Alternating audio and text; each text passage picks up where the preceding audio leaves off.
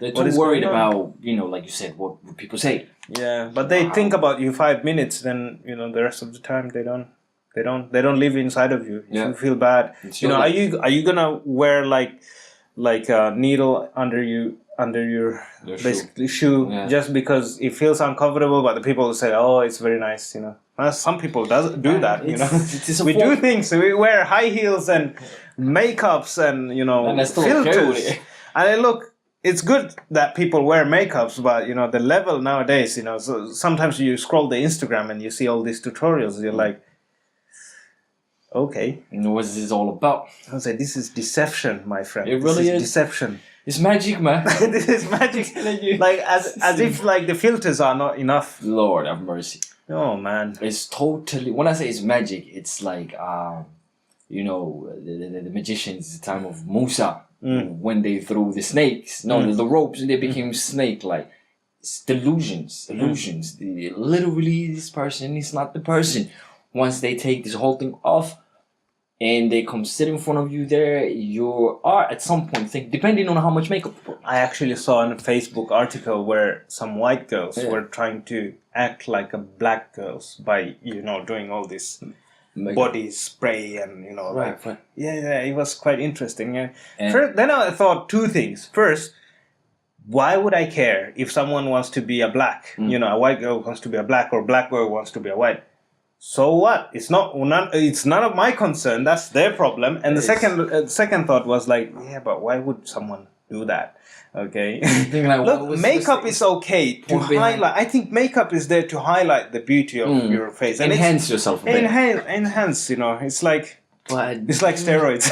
Totally black. No, God. Yeah, but it's a form of mental slavery. I'm thinking. Yeah. Because we're really there's a lot of self-hate going on, even though we don't really notice that. But we're not happy. People are generally not happy with how they are and the way they've been made. And nobody can really blame them because we do live in a society that puts a lot of emphasis on outer appearance and attraction and these materialistic, bogus things. So we are not happy with the good that we have. And that really mixes the soup up a lot. It makes you weird, man. It really makes you weird. I think, you know, slowly people are trying to become immortal. To like almost like godlike. Oh God. Because, you know, if you think about it, the whole virtual reality, there's a lot of good stuff in the virtual reality, but then you get to create your own avatar. You get to be green or whatever. I don't know why people would want to be green. But what the heck you mean you get to create your own avatar? Yeah, well, isn't that what we are supposed to do? All the filters and all this stuff, you know, and then you have people who have money, enough money, you know, to do surgeries and stuff. We are not happy of our current being. And then, you know, I don't know, man. It's just good that some things are not, you know, in our control. If we could control where we are gonna be born and how we're gonna look, then that I think that's a very big decision to make. Yeah. Of course, nobody wants to be born in a very poor family where the parents hate you. Everyone wants the rich, good, where everyone loves, but you won't get that, you know, in other ends. And the whole thing is, you know, like you said, why focus on things that you can control and focus on things that you can control? You're actually putting the focus in the right place. There you go. That's ultimate power. You know, the only thing you can control at the end of the day is you and your mind and how you react to things. And those are the things we don't control. I'm going to say something here what a lot of people, like, especially in our community where we come from, doesn't like to hear. You know, some of them were complaining that, oh, my oppo, like student counselor or advisor, was saying like to become a nurse, you know, like lahihoita. Oh, when I went to oppo, they were saying like go to become a nurse. Then I was like, why are you complaining about this? Yeah. And then there was like, oh, but they could have said something else. What? They would say you to become a doctor or something? Well, look at your grades. Look at, you can't make it in the class. Yeah. You're a freaking dumbo, you know. And I'm not, like, we're all dumb. I used to be a dumb. And when they look at me, they never thought I'm going to be an IT engineer. No, but I am now. And thanks to God, thanks to parents, thanks to all the variables that made me, right? But I'm saying like, okay, you became a lahihoita. Your life doesn't stop there. You don't like it, go and study Change something it. else. Exactly. But they're like, oh, Move. but they don't know anything else. If you know how to download an app from App Store, then you know how to get information that you need. It's a victim mentality, and most of us and do have it, and I'm saying I have it as well. I used to have a bad time, you know. Victim mentality, whereby you think that you're the victim and the whole world is against you, and that is something that we need to kill it. And the most effective way I've noticed it to kill it. It becomes a reality. It becomes you will become once a reality, you say things over and over, it will get into your subconscious, and you will start literally moving and behaving like that. It's a known psychological factor. And for you to kill this self-victimization mentality, it's very simple. Just sit down and tell yourself the truth. Just talk to yourself. There's that healthy, just go out on the street and start talking. No, but just go to the toilet so we don't have to hear you. Exactly. Have a conversation within you, or go to the toilet, or have a little space where or use the camera for a good use, you know, the selfie camera. Where you discuss and then you evaluate and you re-evaluate. Is self-discovery. Discover the self. The minute you do that and you truly discover yourself, and it's a lifelong process. It is. Until you go into your grave. Exactly. The more you discover of yourself, you discover your potentials, this world will turn into a haven, but it's not going to happen overnight. And the only way to get to that is to go through tribulations, to go through challenges, to go through problems. But we run away from them. The minute we see a challenge, like, whoa, no, I'm out. I want to tackle that, like what you just said. And I met another friend, and you probably know him, and we were talking about issues, and he was saying like, oh, you shouldn't work for 9 to 5 because, you know, you're working for some other people's dream, you're not working on your dream. And I was like, okay, fine. Right. So, and then it's like, you never become a rich by doing this. And I was like, yeah. Then I said, why do you want to become a rich? I asked him, you know, and he said, that's a good question. And he said, like, to save money for my family for the future. I was like, what do you know what's going to be the future? And then he said like, yeah, but still, I was like, okay, yeah, fair enough. You know, if you have more money right now, your future most probably will be more brighter. But then I was like obviously I didn't get to the point to talk with him because he wasn't in a listening mode. But and the metro was coming, so I just jumped the metro. But then I was like saying like, look, we think money is good for our kids for the future. But what does the kid think? The time is more important to the kid than the money itself. And you find, you know, like going through hard times, but, you know, if you have your parents with you and they really give you time, they really give you time and emotion, you know, that actually means so much more than the new gadget that you're buying that are destroying their lives pretty much. That just gave me a flashback. Wow, you really had to tap to that.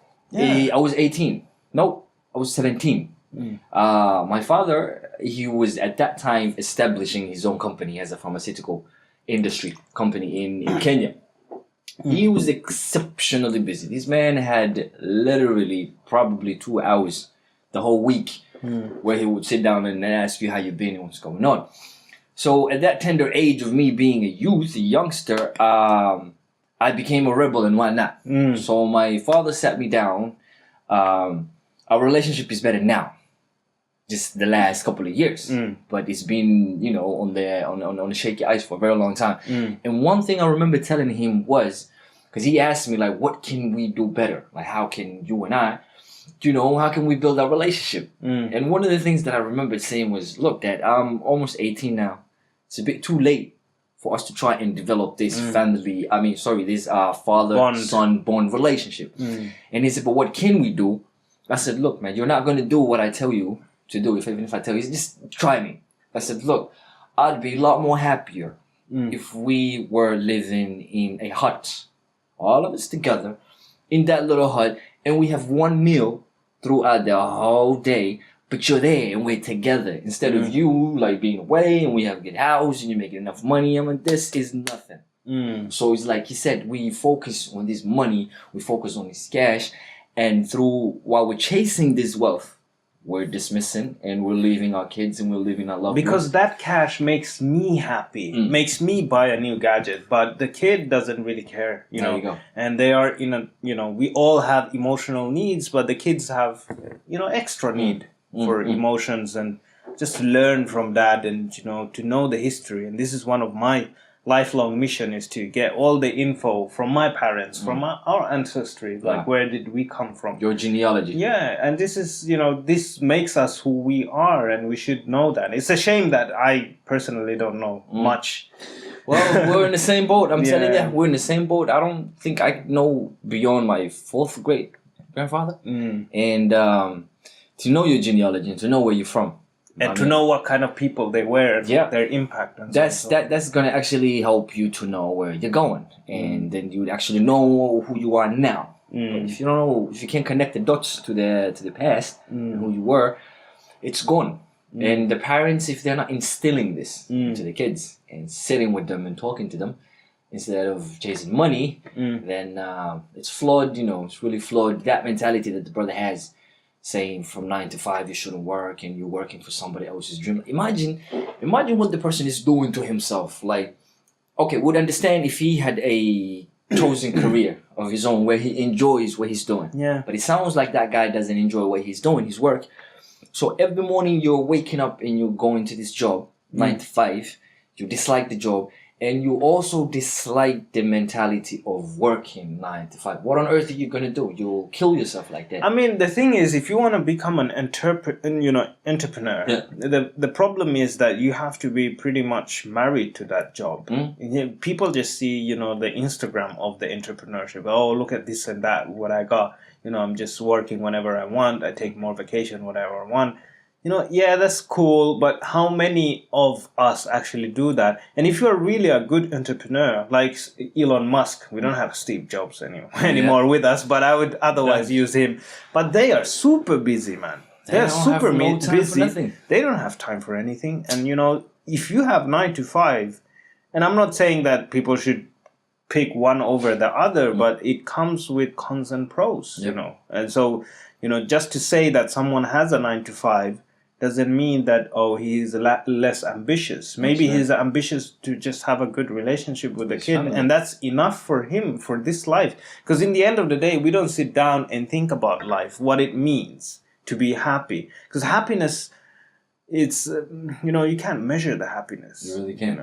Absolutely, you really can't. And there are things that does affect their health, wealth, these are some components, but social life overall, that's one of the components.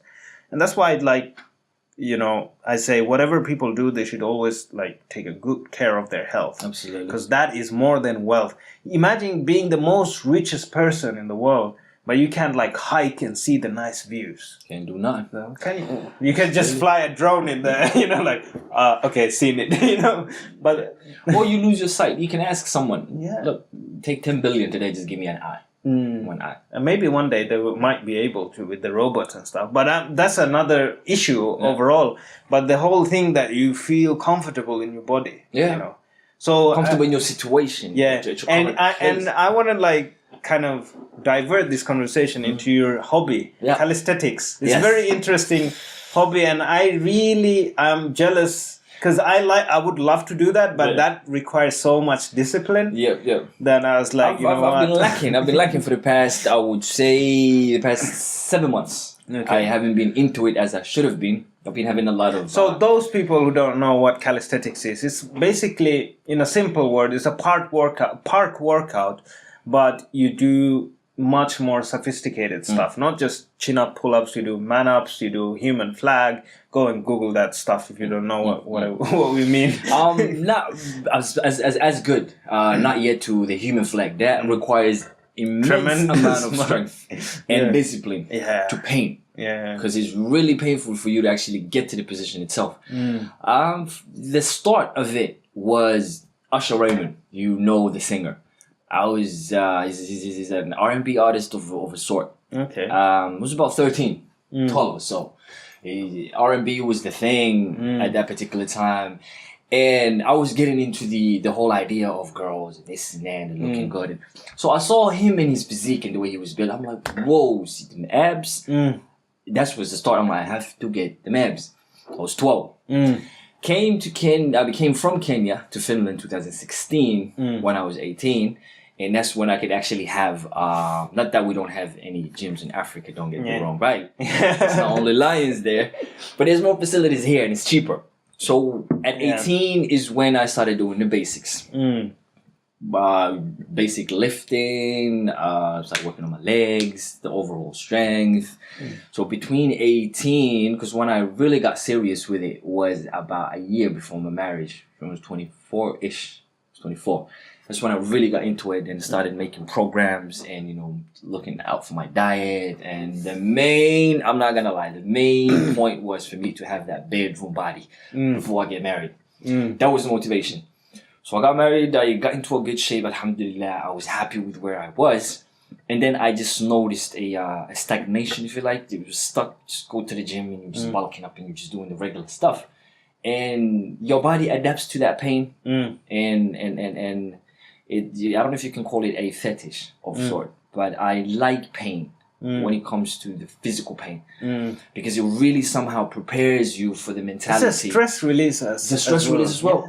Because a lot of times just I do skateboarding and I remember this one day I was so frustrated and so annoyed for no reason.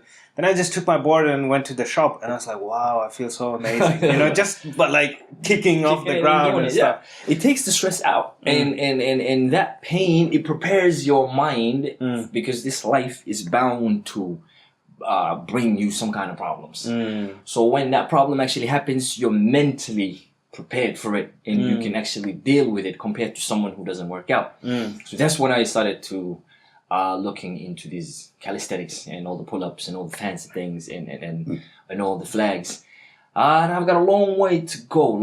I'm thinking now, hopefully, generally. The injuries are so... The injuries. You know, it's so deadly and stuff. Yeah. The one that I really injured my shoulder with was when you do the whole chin up and you man up. Yeah. And you come to the top. I injured the shoulder. Oh man. Because I have a shoulder injury as well. And shoulder injury. That's the worst. With the knee injury is the worst, I think. Yeah. More worse than the shoulder, but those two are the worst. They're the main ones, the main culprits, if you like. So there's a way you're supposed to do, but I got the momentum wrong. And that's the end of it. Overall, you know, how I think sport should be in schools, it should be more of a subject, you know, like they should emphasize more in sports, especially with teenagers. There's so many energies. I think they should be able to choose whatever they want to like study. And I think they should do martial arts. It should be included into the curriculum. It should, man. It would give the power to the nerds. Yeah. Like the nerds. You know those karate nerds that kick the hell out of these guys, you know, you find like big guys bullying and they just knock them out. Now that I think of it, it's one of the things that I regret. I don't have a lot of regrets. I was a bully when I was in school. And had they known martial arts, or if we had martial arts classes, I think even the bullies would learn the discipline of power and controlling yourself. Because you can't always win. Yeah. That's the thing, and that's the that harsh humbles thing. you. There you go. And when you see like the other guy like knocks you down, you know, like okay. Without expecting it, it's a way to build character. Yeah, it really is. Or now with the current woman, I'm planning to marry, inshallah. She has a son as well. I've tried to encourage her to one day perhaps get her son involved into martial arts. Yeah, and she was against it. And the main reason she was against it is because she thought that this will instill the habit of violence. No, it doesn't. In the kids, and it really doesn't. But controlled violence. Controlled violence is a good word. And you know what you're doing to another person. Absolutely. And the control of your body. And it gives you the confidence. Yeah, and the confidence. Yeah, where you. So I started. I used to do weightlifting. You know, but not like very seriously, and even I had like my own journey towards it. So first you want to be the biggest guy, right? Then you're like, okay, I can't be the biggest guy, especially being an Indo-Pak guy. You know, like I'm not that big, you know. Then I went into more like into the fitness stuff, and it's more to do with eating. My eating habits were so bad, and ignorance. But what I did is I tried to learn as much as I could, from the internet about how The correct mechanism. The science behind it, what's the point Absolutely. of the whole lifting. Uh-huh. And then I went to the whole, then, as I was growing up, and I was like, you know what, I quit protein and all this stuff, because I was like, look, I don't want to be big. I just want to be athletic and mobile. Fit, right? yeah. And then it's because of my cousin who introduced me to, MMA and the whole game with Khabib and Conor was happening. And then I got into this whole thing. That is exciting. Yeah, oh my God, it was such a good match. But I was kind of sad what happened afterwards, because I think if he didn't do it, there wouldn't be anything they could pick on him. Yeah, okay, you understand what I'm saying? Absolutely. But I do understand the emotions that he had, but still the whole debate, and this is a whole another discussion, does, can you respond to a word with a fist? That's the question that it comes down to, man. And it's the whole argument and comes in most down cases to that. it should be no, but emotions take over. They do take over. Yeah, but still, I think because he was winning anyway, but whatever, what happened. Happened, and that's the past. And I think people should take responsibility of their words as well, because now it was controlled environment. If it wasn't, you wouldn't say that. God knows what would have happened. Yeah. So I went to the whole. Sorry, I'll just go on. quickly. So I went to the whole martial arts. Yeah. And I found that to be so challenging, because before I wasn't doing so much cardio. Okay. Like I had my cardio days, I hated them. But now my whole workout is cardio. It's cardio based. Yeah, it's and constant. I'm sparring, I'm getting beat up by my cousin, I'm beating him up, and we're doing this in a good faith, good will, and we're like checking each other out, and you're like, okay, next time do it this way, do that Perfection way. in the moves. Yeah, and I'm not saying that I'm expert on that. I know that I'm not expert, but this the endorphin kicks in after the workout. I was like, oh man, we're addicted to that Absolutely, stuff. we love it. We go after today I went in the morning. Tomorrow morning we are going for sparring. And it's not like we have perfect techniques or anything. Maybe one day, but it's just it becomes second nature like that. But the thing is, you get into the beast mode. Fight or fight, and you're there to fight, so you fight. But you don't get that.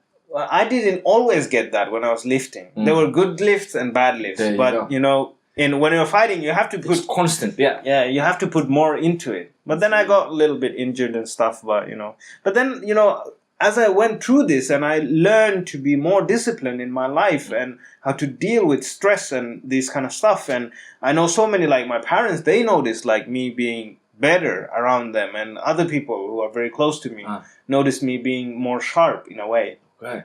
And they're saying, and I was like, so many teenagers, they just need this instead of hanging around on the corners, because the dopamine release that you have from here, from working out, you don't need any dope or anything like that. No weed, no alcohol, none of that is needed. You just want to be more clear. And the crazy thing is, it's so sophisticated as well when you fight another human being, because he's using the leg, use the hand. Oh, he's not. It's a hook. And it also gives you a mixture of dopamine and adrenaline.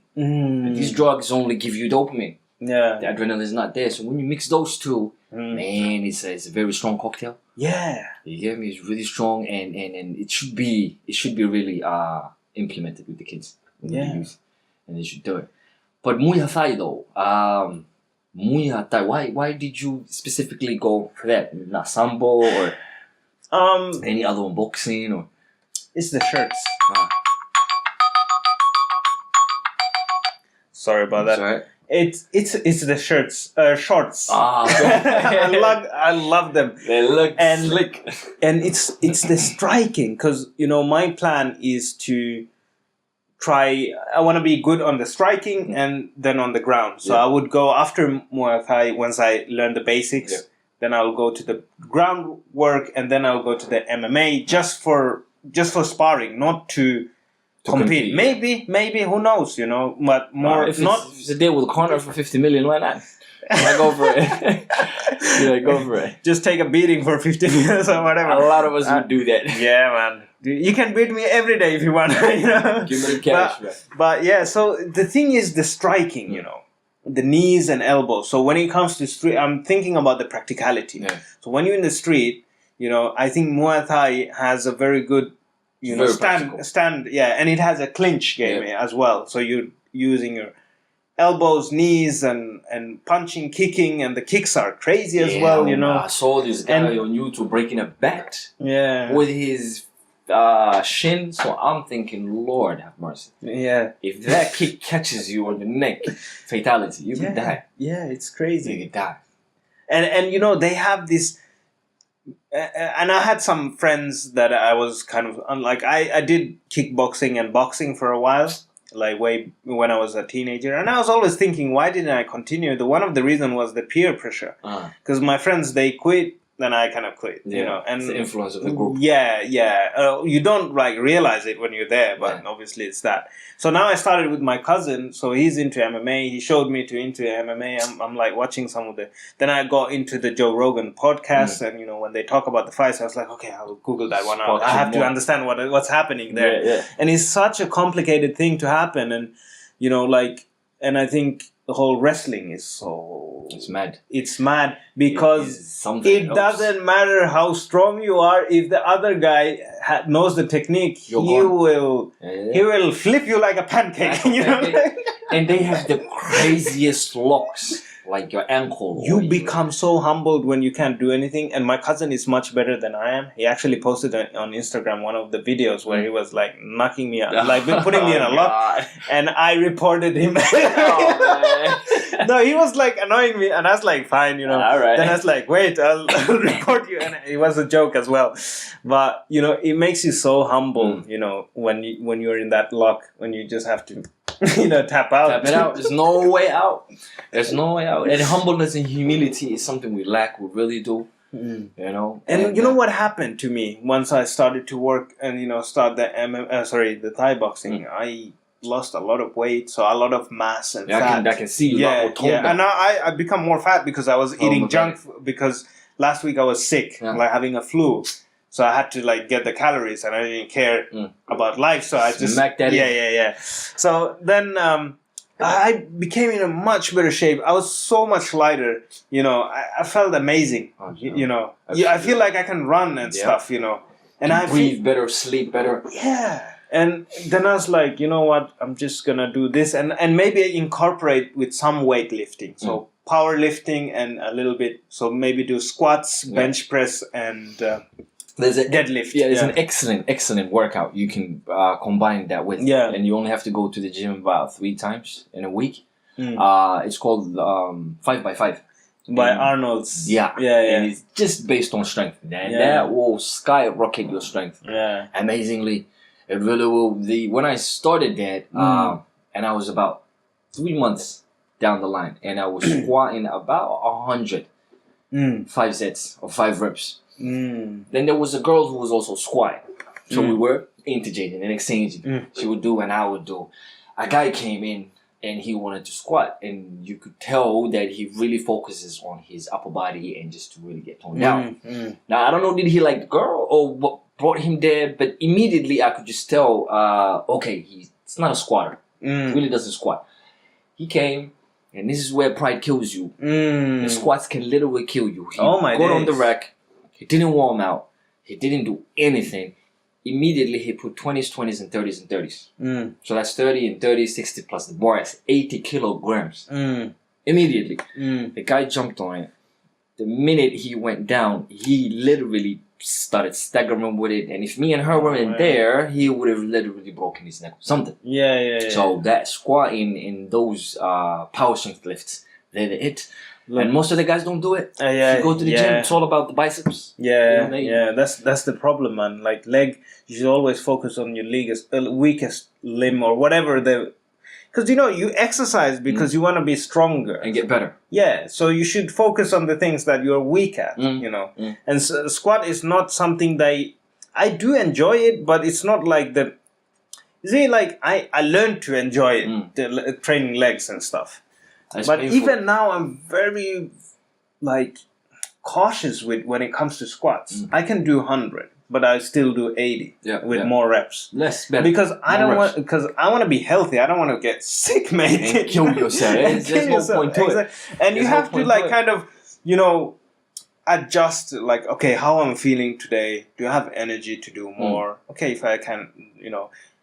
and while you're doing it, if you feel like you can do a couple more reps, do a couple more reps, you know, and then maybe the next rep like add it in. But yeah, that's a humbling place as well, because if you're not humble there, if you're not ready to learn from other people, you will look like a Quasimodo, you know what I mean? Like, ain't nothing beef with Quasimodo, but I'm just saying, look, you know, you look weird. You have to keep the portions, you know, and the leg is half of your body. It's basically half of your body is legs. Lord. Yeah, so if I any like beginner tip, if I could say something to myself, is work on your legs and back. Yeah. You know, forget everything else pretty much. Of course, those are important, but they will come because if you do correctly back workouts, you'll get your, you know, other muscles, biceps and the rest. Absolutely. You know what is really hard to do? Exercise. What? Which one? Bench press. To really get like actual bench press where you feel it. It's just kind of very hard. I don't bench. Yeah, I do with the free weights because it's much easier because I kind of turn them inwards, so I imagine like, you know, like inwards pushing movement. them. Yeah, so it kind of helps, like mind-muscle connection. And it really, if you look at it, it doesn't even make the chest grow bigger either. It really dips are nice. They help for chest. It makes and nice. The shoulders. Yeah, shoulders as well. And triceps. Yeah. Look, the thing is, don't do biceps, do triceps. People don't get it. They don't get it. They don't get it, Again, man. it's simple logic. The triceps are the bigger part. They make your bicep look like bicep. But everybody is just concerned with the Arnold biceps. And it doesn't really take you and far. Abs are made in kitchen. That's what it is, man. Core workout. But if you don't eat what you're supposed to eat, you'll never see abs, mate. We all have abs. We all do. But can we see it is the thing. Yeah, it's behind the veil. Behind the hijab. Behind the hijab, my God. You are being sneaky with that. It's behind the niqab. No. So, yeah, man. I mean, at the end of the day, people should look at this martial arts and the calisthenics and the gym or triathlon or whatever it might be. It's your health. Yeah, you should really, really invest into your health a lot that you can before it's too late. Because if you're 50 and you're looking like you're 80, it's weird. Now, one of the things that I enjoy is I'm 30, and I do get a lot of people most of the time saying average out to 26, 27, and that is only because of the way I've been looking after myself. When I was 18, people used to call me like I look like 25. Yeah, I know. It's the beard. It's the beard. Can't be anything else. But yeah, so that physical fitness, it takes you far, man. It really takes you far. Yeah, and we have a lot of, you know, when it comes to religion and stuff, we have, you know, take 5 things before, you know, heed of 5 things. So one of is health and youth. You know, these are the things that we should really focus on. And I tell my parents, you know, my dad was actually a commando in Bangladeshi Navy. Yeah. Wow. He used to be in a crazy shape, but then he became an imam. You know what it means. Biryani after biryani. You're getting invited to every wedding, you know. So I told my parents that, you know, you guys should, you know, every night you guys should just walk outside. Because there will become a time, and it sounds weird me telling them, but there will become a time that you can't even walk outside. Absolutely. So take heed, my friend. Take heed. You know, and we should look for the similar kind of things in our lives. That what are the things that I can do when I will grow up, and I should probably do them if they are good stuff. You know, and continue with it. Yeah, traveling, learning. Learning is a thing that we shouldn't ever stop. You know, doing. But that aspect is our mind tells us that you've learned enough of an aspect. I think it's our ego. Thank you for that correction. It's not the mind, the ego. And everybody's walking around these days like they know everything. Nobody is going to come into conversation where they want to learn or where they're open up. You just have to tell them one thing. How is that working out for you? How is it? Yeah, that's the one thing you have to ask. How far is it taking you? I was like, okay, you know everything. So why is your life still shit? Yeah, like, what are you still doing? You should have been going to Mars by now, you know, and find out a new life somewhere. So yeah, so the whole thing about controlling your body and being humble, you know, body, like there is a saying called, your mind follows your body and your body follows your mind. So if you're arrogant, you know, you'll become a stubborn and, you know, you'll just hit. Because if you don't listen to your body, sometimes your body humbles you. It will. We'll break you. You're like, look, man, we ain't gonna do that. And you're like, no, I'm going to do it. And then you break yourself, like you said, like in the example. Yeah. Or when it comes to a choke, someone is choking you and your body says like, please tap out. But you're like, I'm just going to continue. And you pass out. In worst case scenario, your body humbles you through sickness. Yeah. Disease is a state of you not being aware of what was coming. Oh my days. Before you get sick, your body will give you all the signs. It will give you all the alarms. But if you don't listen to it, it's like, okay, I'll teach you. I'll put you into bed. And instead of disease comes, So this mind, body, and soul trinity is something that we need to. Speaking of that soul, you wanted to talk about Sufism. So, yes. a lot of our audience, or supposedly audience, are people who are not Muslims.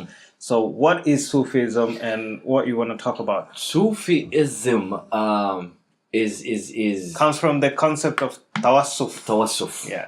And is more of the spiritual side of the Islamic philosophy. The popular mainstream, I don't want to call it sect, but mainstream thought or thought process or belief system is the Sunnis, or the majority. The majority, yeah.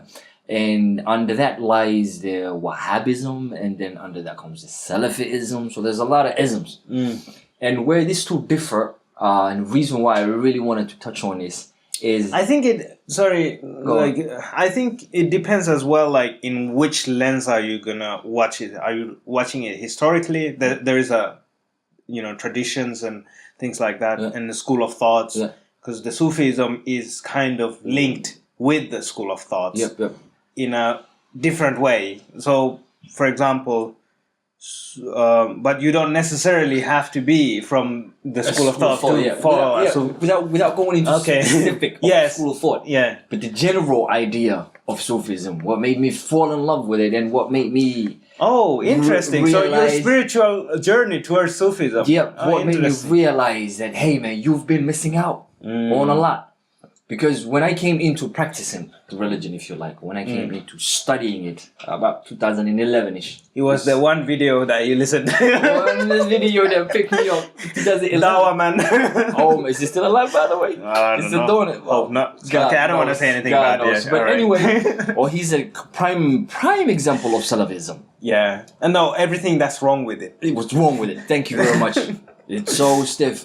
Coming back to the point, so the spiritual side that we've been missing, and I've been on that school of thought of Salafis, and what Salafi and Wahhabism will give you, and they've given us the wrong idea of Sunnah, is that they will make the religion rigid. And once, this guy's name is, you should check him out, his name is Chris Hedges. Okay. And there's a novel that he wrote which is called I Don't Believe in Atheism. It will guarantee to blow your mind away. Okay. One of the things he says in this book is once religion is rigid and it becomes institutionalized, then all the spiritualism is taken out of it, all the love is taken out of it, and human nature does not comply with that. So it's basically, is your pants over the ankles? How long is your beard? How long is your beard?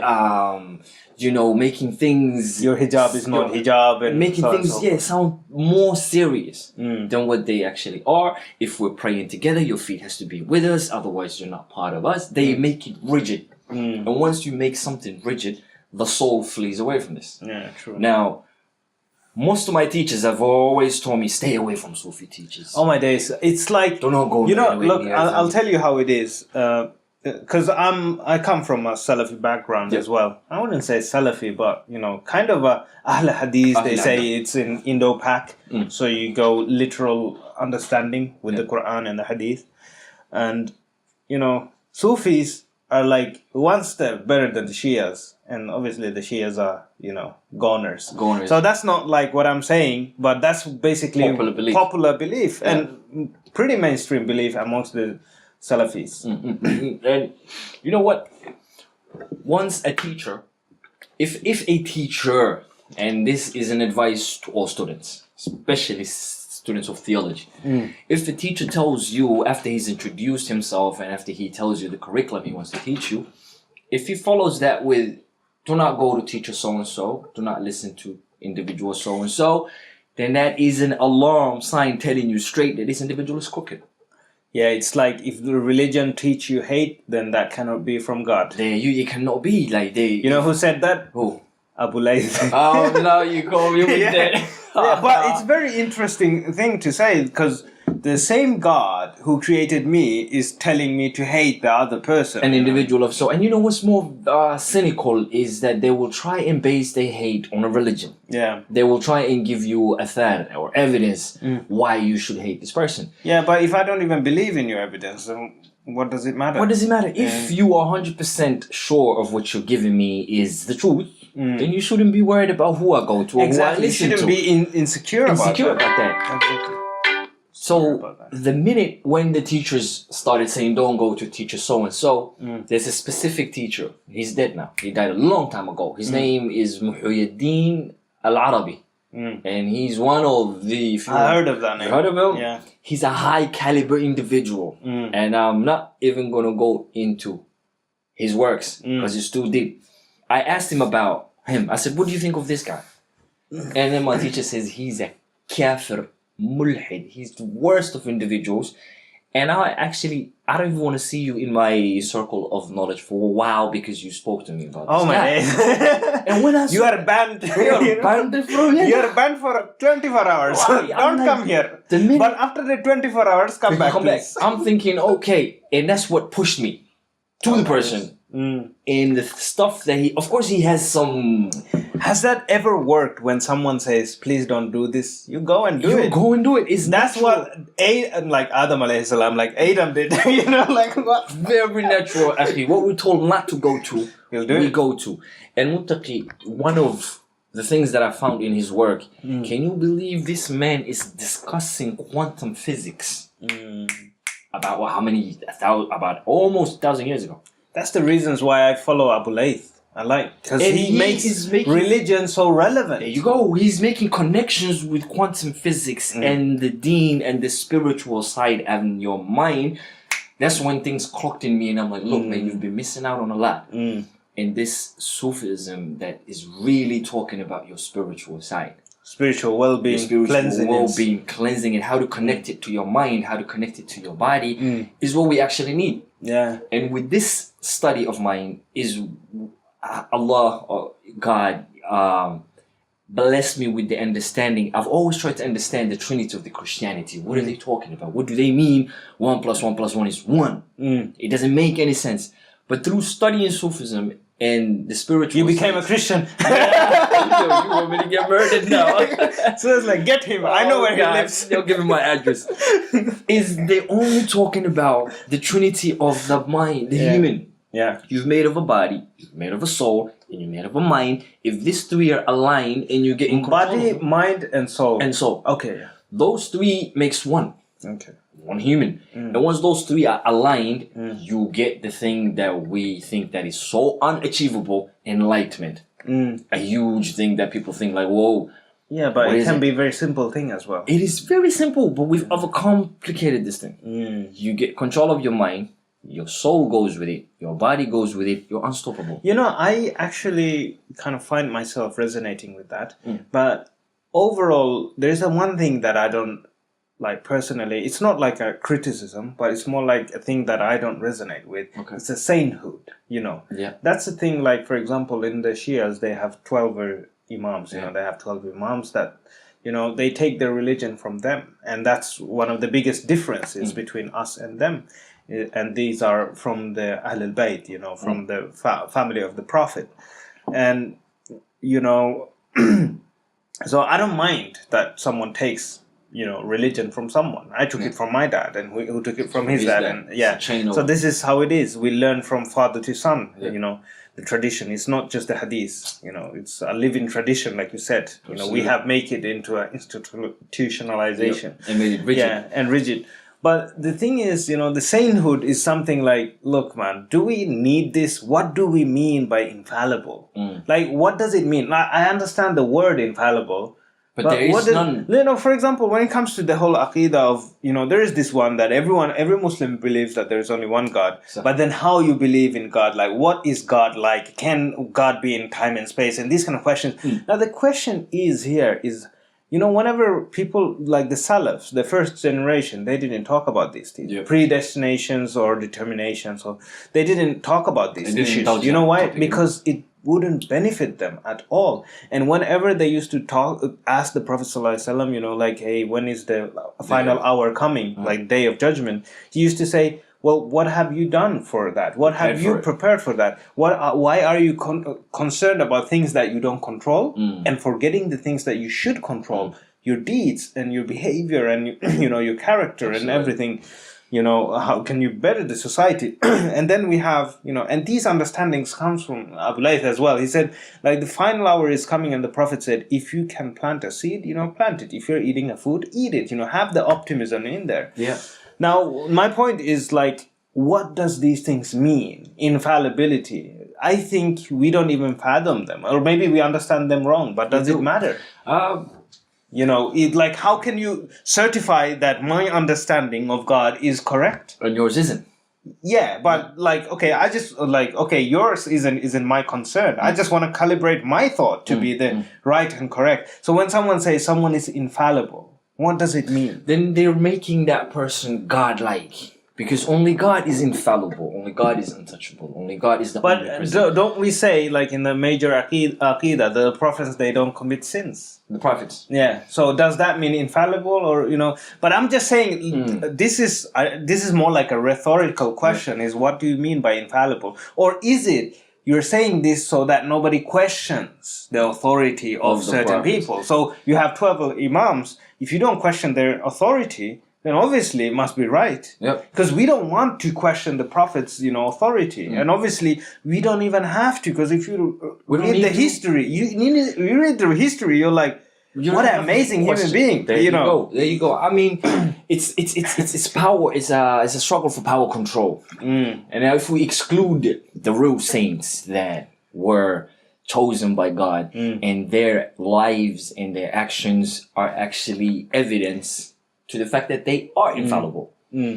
But the rest of the people who, once their hands get kissed, and that's the thing that I dislike in the department of Sufis. Yeah. That look, I'll take your heart to another dimension and get out of here. The way I've understood it is that they've understood the fact that the Trinity of the mind, the body, the soul. They understood that. They tasted a little bit of the power, and trust me, muttaqi is a very powerful thing to have those. I'm not saying I have, but I can say that I've come somehow close to it.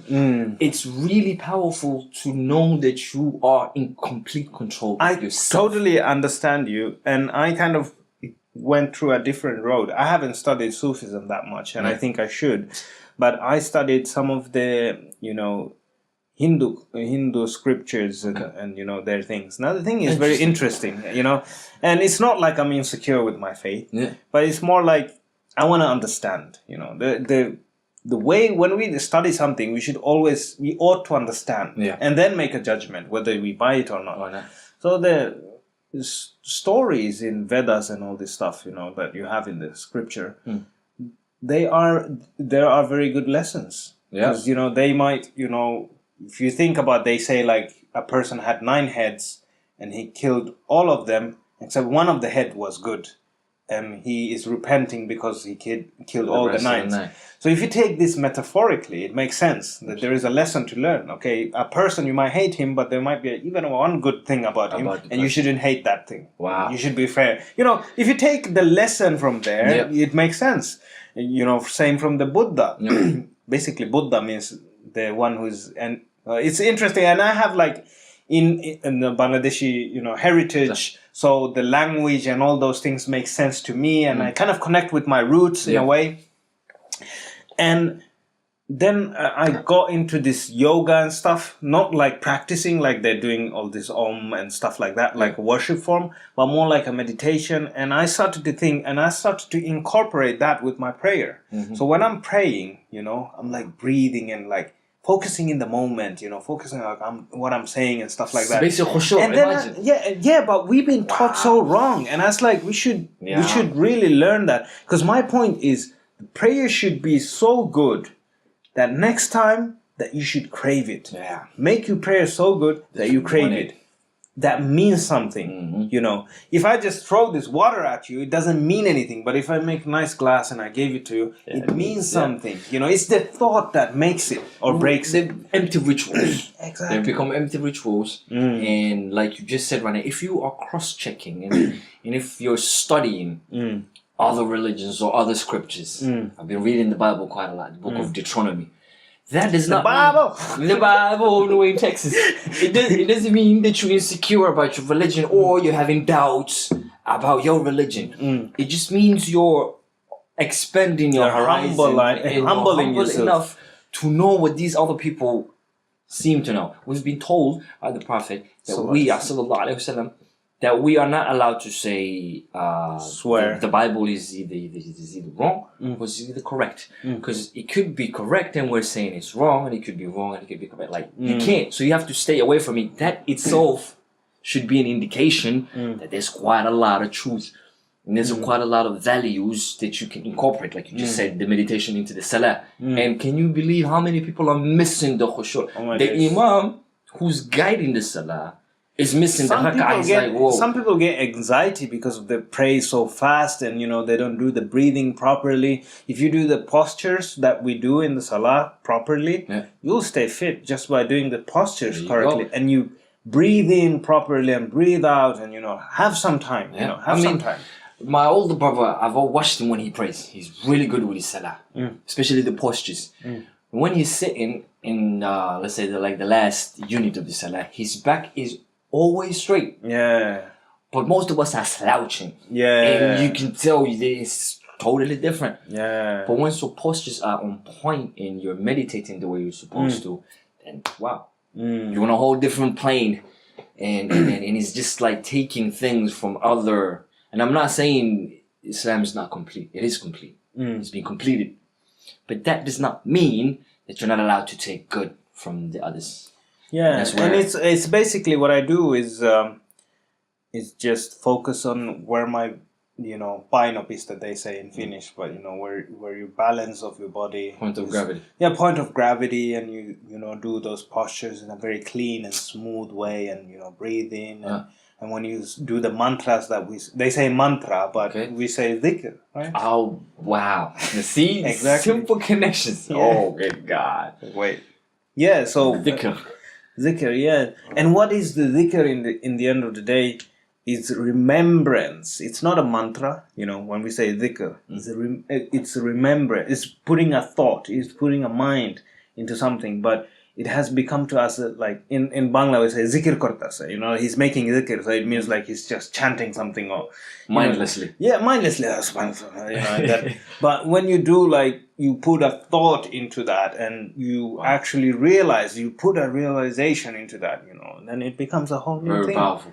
Yeah. It takes you to a whole different zone. When you say Alhamdulillah and you say because of the electricity, you're aware of the electricity. You become aware of things that you wasn't, because you take life for granted. You take your body for granted. You take many things for granted, but you humble yourself, you say Alhamdulillah. But why would I have to say Alhamdulillah? Then you just look around you. Sayyidina Ali radiallahu anhu said, you know, look, if you just look at your body, that it's a galaxy in itself, or it's a, you know, that there is a God. You can just look at your body and realize there is a God. You know the way, you know how it works, you know, like how it functions, and, you know, kills all these bad genes and, you know, like cancer cells, and you know, it has this recharging system, and has... It's I came across that mode of study about a couple of weeks ago, is it?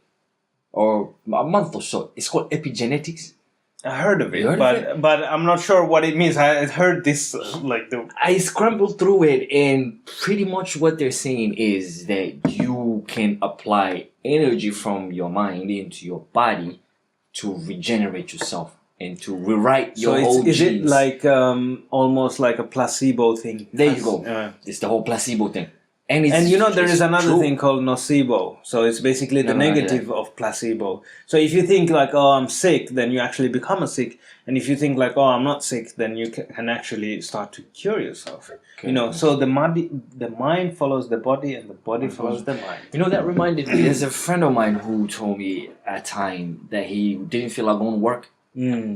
So what he did is he called in and he said with full conviction, look, my son is sick. And he ain't sick. He was healthy. My son is sick. He has a little flu. I can't come to work. I gotta look after him.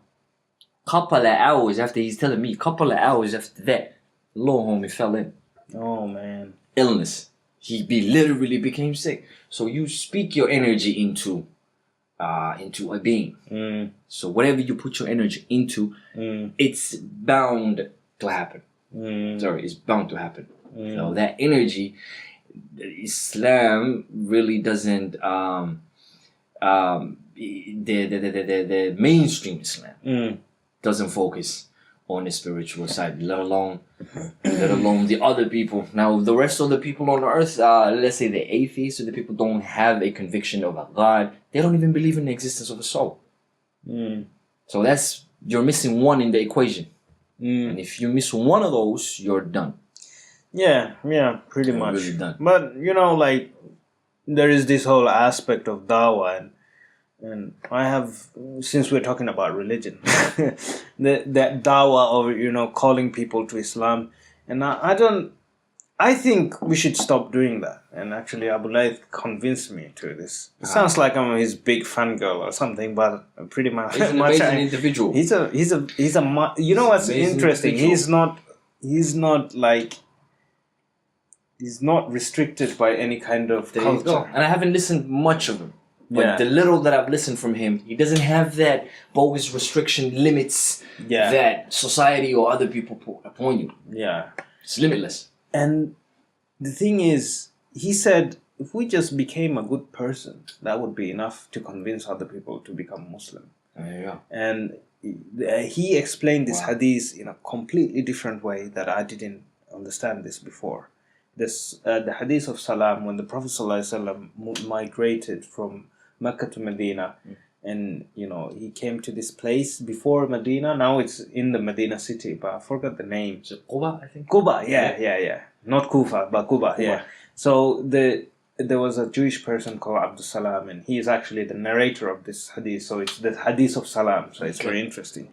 So he comes to him and he asked, he became a Muslim because of, just by seeing the Prophet ﷺ. And he said, when you just become a Muslim or you just become practicing, you're like, tell me, Sheikh, what should I do next? Yeah. And the Prophet ﷺ said, give salam, spread peace to people that you love.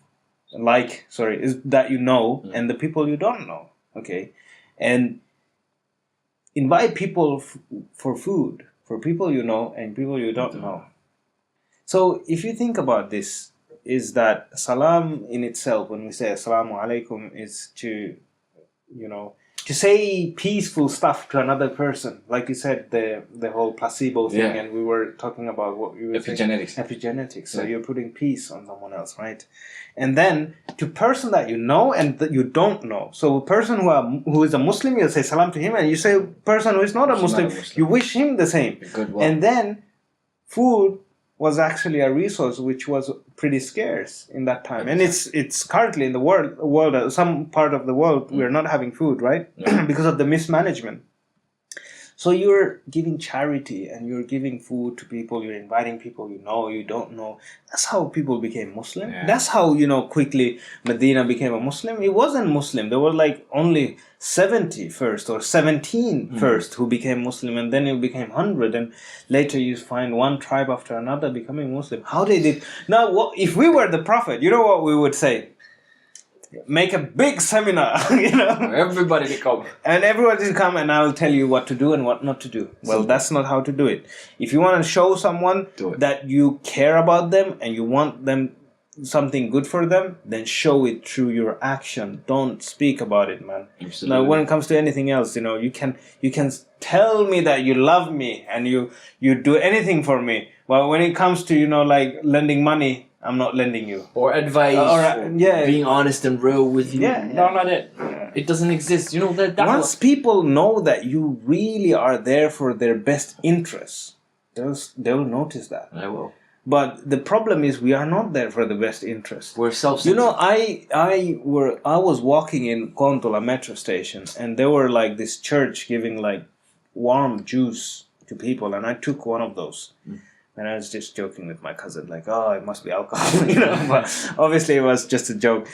But then I was saying to my cousin, like, look, like these people are spreading the awareness through kindness, you know. They're giving juice or whatever. It's not a simple thing, you know, like to someone give you a juice, you know, warm juice in this cold weather. Yeah. Where are the mosques? Where are we giving our biryanis or, you know, whatever the food it is, or sambusa, or even a tea or coffee, you know? I forget people becoming a Muslim. Just, you know, I was just saying, spread some love. You know, like those missionaries, if you want to call them.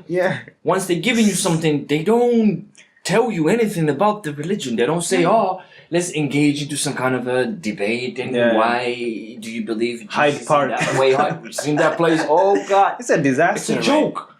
It's a joke. I learned through the hard way. I'll tell you why my religion is true, because from the religious book. Well, I don't believe in your religious book. Well, what does it mean? You know, like, it's bogus. It's complete bogus. I learned through the hard way because it says in the hadith. Well, I don't believe in your hadith. What are you gonna do? Man, it is so frustrating. This da'wah tables that we have around do more damage than any good. There's a teacher of mine who he had another student. He was at the da'wah table, you know, doing what he's doing, thinking that he's doing something good, spreading the deen. Okay, alhamdulillah, no problem. And always remember, there's someone who's always more educated, more intellectual, you remember that. This guy. Someone will make you tap out. Someone will make you tap out. Believe that. Everybody has a Habib, man. Exactly. So this guy. Send me location. Send me the location. An Egyptian Christian came to this little boy who doesn't speak Arabic or anything, but he's giving da'wah of the Quran. And then he told him, hey, guess what? Imagine if I prove it to you from your kitab that Jesus is the Son of God. That boy was like, no, nah, nothing like that. Show it to me. He challenged him. Why? You shouldn't have done it. He challenged him. And then he showed him an ayat, mutashabihat, which sounds like that Jesus is the Son of God, but he isn't. And it's actually interesting that whenever, like, Allah is talking about in the Quran about Jesus or Mary, he uses kind of biblical kind of, you know, Ruhul Qudus, you know, the Spirit of God. Yeah. So it's, I think, and Abu Layth kind of gave an understanding that it's to connect with the Christian community, so they would find solace in the permit of the Islam. Yeah, but we don't like believe in it to be like Spirit of God in a literal sense. The little boy came running to the teacher. And he was on the verge of leaving the deen. Oh my days. He was that shook. So he told him, look, man, it's either he's lying or you're lying, but what the heck is going on here? And he sat him down. And he told him, look, man, you took a bite of more than you can eat. And you probably shouldn't be going to, you know, doing da'wah about the Quran when you don't even speak Arabic in the first place. And the person you're talking to is an Arab native. And of course he knows his deen better than you. And it's like when they're doing the da'wah, they're like have to wear thobe. Man, I don't get it. It's a sunnah. Yeah. Thinking, really, like, who dictated these things? Like, how do you know? If you would say the sunnah gear or sunnah clothes to Prophet ﷺ, he would understand that to be a word, but he wouldn't associate that with anything. Yeah. He wouldn't. Because and the thing is, the Prophet never wore a white thobe. Because in his day and age, you know, they didn't have those thobe. They used to have like very, you know, like very scruffy or very hard kind of clothing materials. Yeah, they lived in deserts. Like, why would you wear a white thing in a desert? There's a lot of things that are not really sunnah that have become. And another hadith that I want to share is like, you know, give people glad tidings, don't give them a bad. Yeah. And include people, don't exclude. We do the opposite all the time. Yeah, we give the bad news, how you're doing haram, everything, and then we say you're not even a Muslim. You know. Wow. You know, that's what we do, and we're doing the complete opposite. And then there is another hadith where Prophet ﷺ said that whoever praises our prayer, eats from our slaughtered meat and faces towards Qibla, you know, he's a Muslim. And then we have to go and like tell, no, well, yeah, but not really. Yeah, like. And what do I really benefit from calling you a not Muslim? You know, I know people who thinks like female imams are okay, or, you know, whatever, like things, you know, okay, this and that. And it's like, look, if that's how you want to look at the deen and, you know, do, good for you, but it's not working for me. There was a point where the deen, just like with every other religion, it was infiltrated. And when I say infiltrated, a lot of things has been changed, excluding the Quran. The Quran remains intact because it's very hard to change it. It has its own, rhythm to it and it has style its own to it. riddles and everything. The Quran remains the way it came down from Allah, and Allah Himself promised that. But when it comes to the ahadith and the narrations, I'm telling you, my God, there are so many things that are far away from the Prophet, un-Islamic, because God, at the end of the day, wherever you go, is love, mercy. He kept 99% of His mercy to Himself, and He just brought one on His earth, meaning He has a lot more mercy on the day of judgment than He has here right now. But no, people just want to make it vicious. They want to make it, I think like we have become rough. cynical, like as a being, and I feel like sometimes I become very cynical, especially when I don't have food. Hunger. Hunger does I don't know, man. I got this hungry thing going on. I thought I was infallible out of this stuff, but man, like sometimes when you get hungry, it's not the fasting hungry, because fasting hungry, you kind of when you are getting the food and you are not supposed to get food, so you're like, hey, look, I'm not getting food, so it's fine. You can dictate. Yeah, but then when it's like normal hungry, like you just want to eat and you don't have food, man, you're annoyed. You get so annoyed. It's amazing how like annoyed. that with sleep. If I don't get the necessary hours that I need, or when you try to sleep and you're like, oh, I'm gonna sleep 8 hours, and then you can't sleep 1 hour, properly. But then you know what you should try? Guided sleep meditation from YouTube, man, works. Okay. Legit. I'll check that out. I mean, it's just, first you will do that for a couple of days, but afterwards what you do when you sleep, just, breathing and breathe out, and you feel different parts of the body hitting the ground, how it feels. Even now, if you like close your eyes and you feel like the touch, and how sophisticated is that?